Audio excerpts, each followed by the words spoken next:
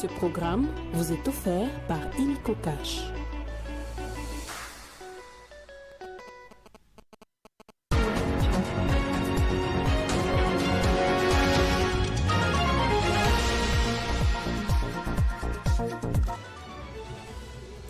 Processus de Luanda pour la paix en République démocratique du Congo. L'Angola a annoncé ce lundi qu'il se retire en tant que médiateur, préférant se concentrer sur son élection au niveau de la présidence de l'Union africaine.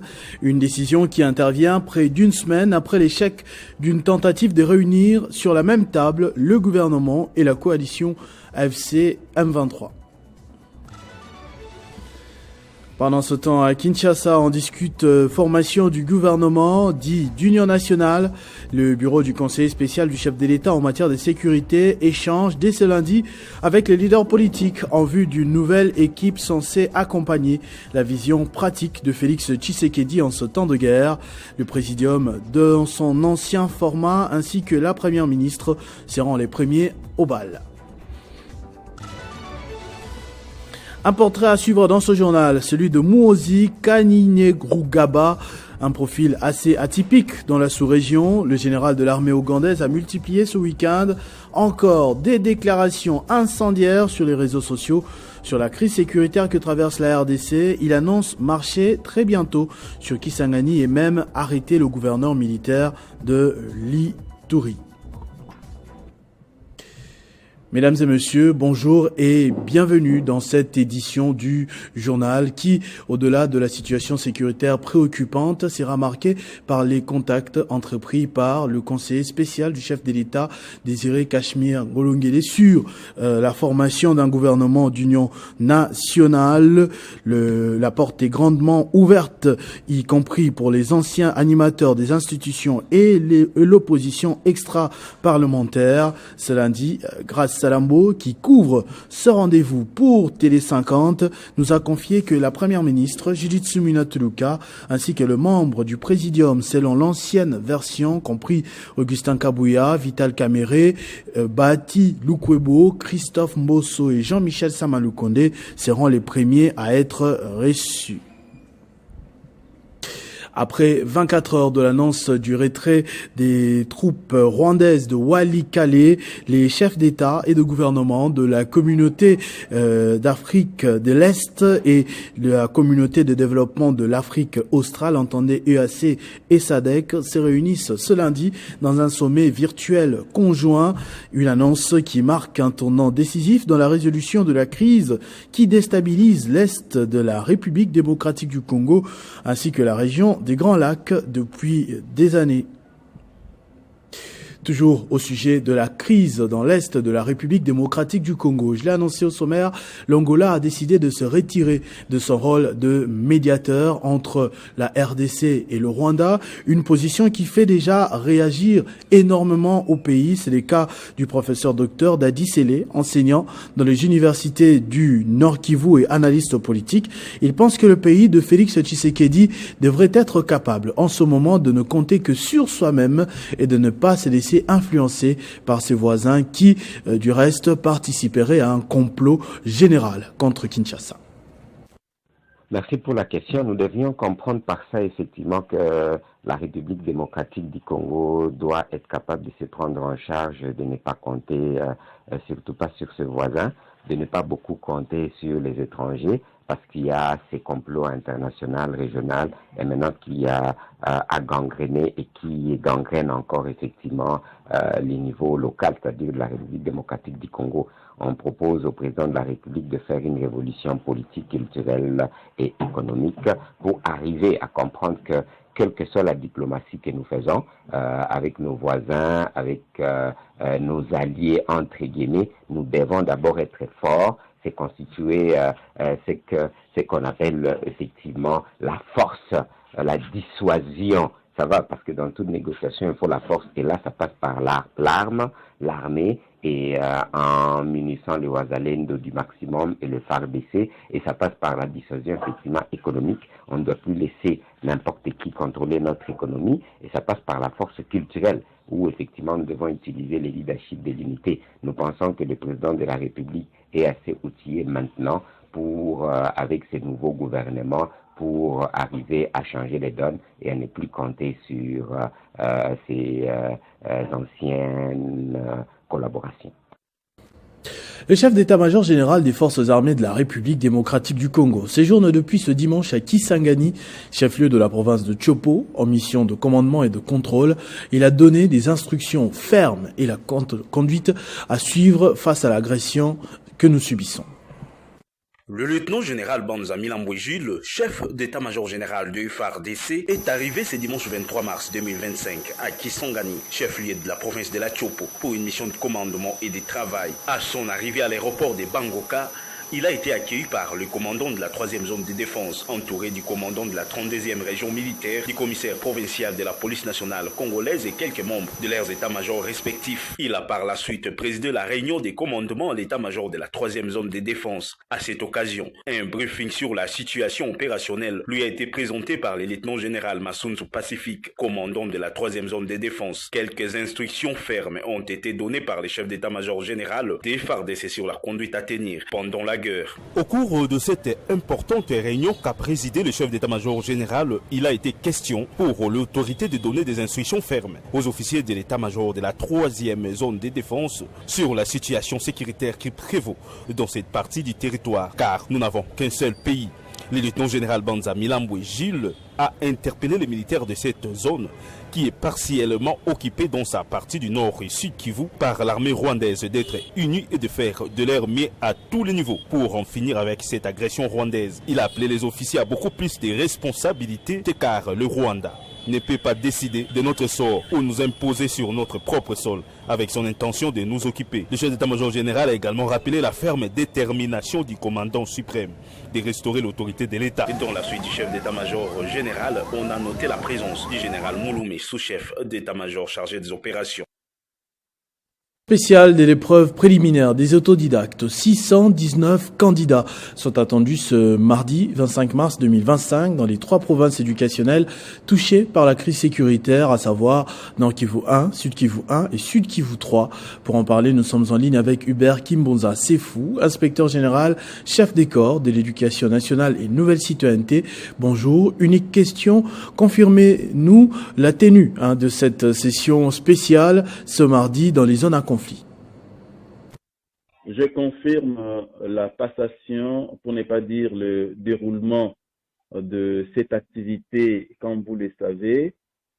Son Excellence, Madame le ministre d'État, lors du lancement de l'épreuve préliminaire conformément au calendrier scolaire réaménagé, avait bel et bien promis que les compatriotes qui sont dans des zones sous contrôle du M23 FC seront bel et bien évalués une fois que la situation en matière des apprentissages s'est calmée.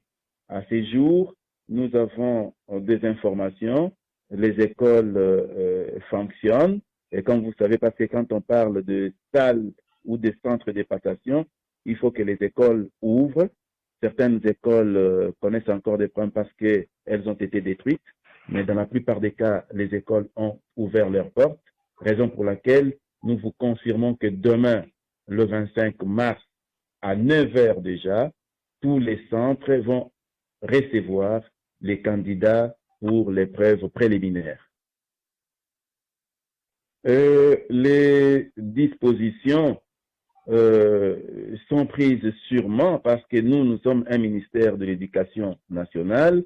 Son Excellence, Madame le ministre d'État, avait pris toutes les dispositions, les précautions en informant ses collègues de la justice, plutôt de l'intérieur comme des affaires étrangères, pour leur dire que nos candidats vont bel et bien présenter cette épreuve, mais aussi sur terrain, nous avons nos administrés que nous appelons IPP, INSPOOL, et aussi inspecteurs itinérants, Proved, sous-Proved et les directeurs des antennes de la DINACOPé. Tous, ils nous ont confirmé que les dispositions sont bonnes et elles ont été prises pour que tout le monde soit dans de très bonnes conditions de passation.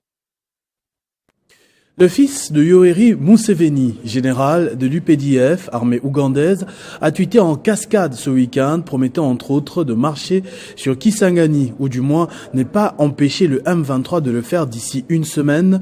Muhoozi Kainerugaba menace même d'arrêter, je cite, le gouverneur stupide de l'Ituri.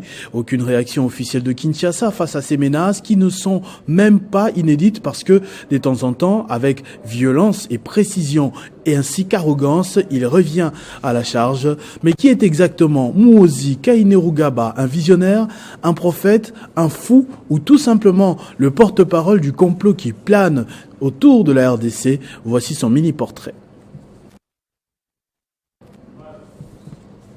L'ISC Matadi refait peau neuve depuis la prise en fonction du nouveau comité chapeauté par le recteur professeur ordinaire Nsilou Matondo. Plusieurs ouvrages ont vu le jour, notamment l'ouverture d'une station radio, ceci dans le but de favoriser un bon apprentissage aux étudiants qui fréquentent cet alma mater. On nous reprochait longtemps de ne pas être à mesure de parler de nous. En fait, quand je dis nous c'est l'ISC Matadi. Il y a eu pas mal de réalisations en dehors du bâtiment 1+3, un bâtiment imposant. En dehors de ça, il y a eu aussi le guest house, un guest house construit selon les normes qui fait une fierté de l'établissement de l'ISC, qui a la capacité de recevoir des visiteurs, mais aussi dans des conditions adéquates. En dehors de ça, il y a eu aussi pas mal d'initiatives. En dehors du partenariat avec Orange Data Center, l'ISC se dote d'une salle de formation en informatique impeccable avec des technologies de pointe. En dehors de ça, il y a une toute nouvelle innovation. L'ISC Matadi venait de lancer une web radio, la toute première web radio de l'institut supérieur universitaire au Congo central, mais aussi en RDC. Donc c'est la toute première web radio. Il est question pour nous de parler de cette web radio parce que ça fait non seulement la fierté de l'ISC, mais ça permet à ce que nous puissions véhiculer nos informations un peu partout dans le monde, parce que cette web radio sera suivie de partout dans le monde. En cette période difficile où nous sommes de guerre avec nos forces armées de la République, mais aussi avec son commandant suprême, le président de la République, son Excellence Félix-Antoine Tshisekedi Tshilombo, mais aussi avec l'ensemble des membres de son gouvernement. Nous portons à cœur cette lutte pour la libération de notre pays, et le comité de l'ISC Matadi était aussi avec la ministre Madangungu pour toujours être là dans l'objectif de pouvoir accompagner les institutions du pays face à cette crise d'agression que nous subissons de la part du Rwanda. Donc nous profitons aussi de l'occasion de saluer l'ensemble des membres du comité de gestion de l'ISC Matadi pour l'occasion. La commission épiscopale Justice et Paix de la Senco, en collaboration avec la commission diocésaine Justice et Paix de Kinshasa, a organisé samedi un concours interscolaire super champion en cohésion sociale au complexe scolaire Monseigneur Moké. Des prix ont été décernés même aux participants pour saluer leur engagement et leur travail acharné. L'initiative a non seulement renforcé les liens entre les jeunes, mais également permis de s'aimer les graines d'une société plus inclusive et plus démocratique. L'objectif de cette activité était de cultiver chez les élèves finalistes l'esprit démocratique et la cohésion sociale, des valeurs essentielles pour le renforcement du tissu social et l'unité du pays. Joseph Bolessé, chargé des programmes de la CEJP de la Senco, a précisé que ces concours s'inscrivent dans le cadre du projet d'appui au renforcement de l'engagement et des capacités de la société civile pour sa participation active et son observation électorale durable en République démocratique du Congo. Puisque nous visons les élections de 2028, il a fallu tenir compte de ce que nous appelons le nouveau majeur, de manière à leur transmettre un certain nombre d'informations vraies pour qu'ils sachent pourquoi voter et pourquoi doivent participer politiquement pour les élections dans leur pays. Sœur Perpétue Makiessé, thérésienne et directrice de la CDJP Kinshasa, a également exprimé sa satisfaction quant aux objectifs du projet. L'éveil de la conscience est un processus. Il faut parler constamment aux élèves du bien fondé des élections et de la cohésion sociale. Au total, 40 écoles étaient représentées, chacune par un groupe de 5 élèves. À l'issue des épreuves, 5 écoles ont été désignées vainqueurs. L'élève de l'école gagnante a été sacrée ambassadrice de la cohésion sociale, un titre prestigieux symbolisant l'engagement pour l'unité et la paix au sein de la communauté. Bien que certaines écoles n'aient pas remporté des prix cette année, les élèves et leurs encadreurs ont exprimé leur respect pour la décision du jury et ont accepté les résultats avec orthodoxie. Des prix ont également été décernés aux participants pour saluer leur engagement et leur travail acharné. Ce journal est terminé, je vous en rappelle tout de suite les principaux titres. Processus de Luanda pour la paix en République démocratique du Congo. L'Angola a annoncé ce lundi que s'il s'est retiré en tant que médiateur préférant se concentrer sur son élection au niveau de la présidence de l'Union africaine, une décision qui intervient près d'une semaine après l'échec d'une tentative de réunir sur la même table le gouvernement et la coalition AFC M23. Pendant ce temps, à Kinshasa, on discute formation du gouvernement d'union nationale. Le bureau du conseil spécial du chef de l'État en matière de sécurité échange dès ce lundi avec les leaders politiques en vue d'une nouvelle équipe censée accompagner la vision pratique de Félix Tshisekedi en ce temps de guerre. Le présidium, dans son ancien format, et la première ministre seront les premiers à passer dans le bac. Vous avez suivi un portrait dans ce journal, celui de Muhoozi Kainerugaba, un profil assez atypique dans la sous-région. Le général de l'armée ougandaise a multiplié ce week-end encore des déclarations incendiaires sur les réseaux sociaux sur la crise sécuritaire que traverse la RDC. Il annonce marcher très bientôt sur Kisangani et même arrêter le gouverneur militaire de l'Ituri. À tous et à toutes, merci de votre attention soutenue. Restez fidèles au programme de votre chaîne Télé 50. Vivez heureux, vivez 100 ans, mesdames et messieurs.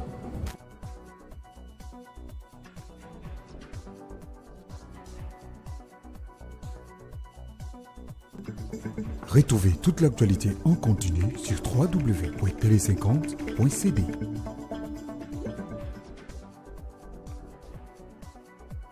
Ce programme vous a été offert par Illico Cash.